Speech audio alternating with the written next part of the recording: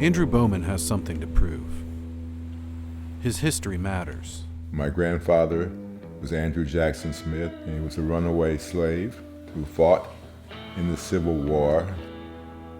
He fought for the Union Army. Bowman began looking into his family history, trying to find an identity that he felt was lost.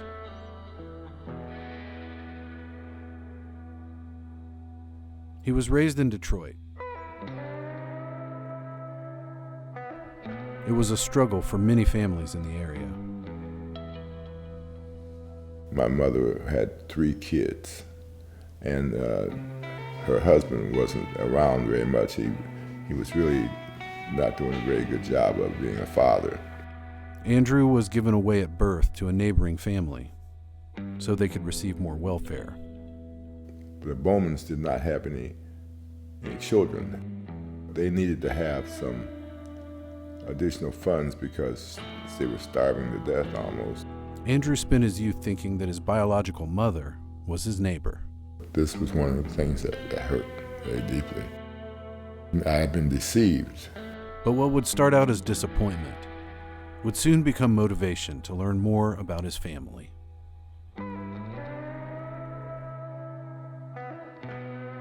His search uncovered more than he could have imagined.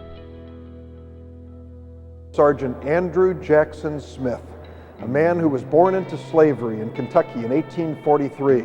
Smith escaped by foot to freedom. He joined the 55th Massachusetts Colored Volunteers. He traced his grandfather's path all the way to the Battle of Honey Hill. In this battle, over 100 men were killed, including the color bearer. They charged into a slaughter. The color bearer was trying to carry the flag into the fort when he was hit with an exploding shell. His body was blown to pieces. During this battle, Andrew's grandfather would save the colors while under fire. Andy Smith grabbed his flag and continued to carry his flag. Sergeant Andrew Jackson Smith picked up the colors and carried them through the rest of the battle. In 1916, Andrew Jackson Smith was nominated for the Medal of Honor. The award was denied by the War Department. Over 100 years later, Bowman would find first-hand accounts of the battle in the Library of Congress. The Medal of Honor is our highest military decoration. President Clinton was able to see that Andrew Jackson Smith deserved the Medal of Honor. President Clinton presented the medal to Sergeant Smith's family. The 55th was one of several units that tried to take a 25-foot rise called Honey Hill. The commanding officer, Colonel Alfred Hartwell, wrote, "The leading brigade had been driven back when I was ordered in with mine.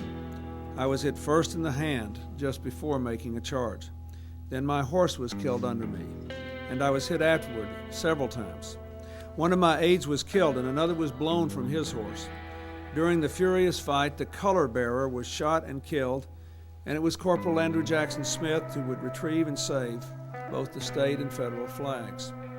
It was the longest delayed medal in United States history. Throughout the years, we finally got it right. I had something of value. I had a history of my own. But of all the things I want you to remember, the black man fought for his own freedom. Nobody gave it to us. We broke those chains with our own hands, blood, sweat, and tears, along with our rifles. We've got to believe in our children, and we've got to believe in their future. So we got to share ourselves with our children. We got to give them something to be proud of, their dignity in their history.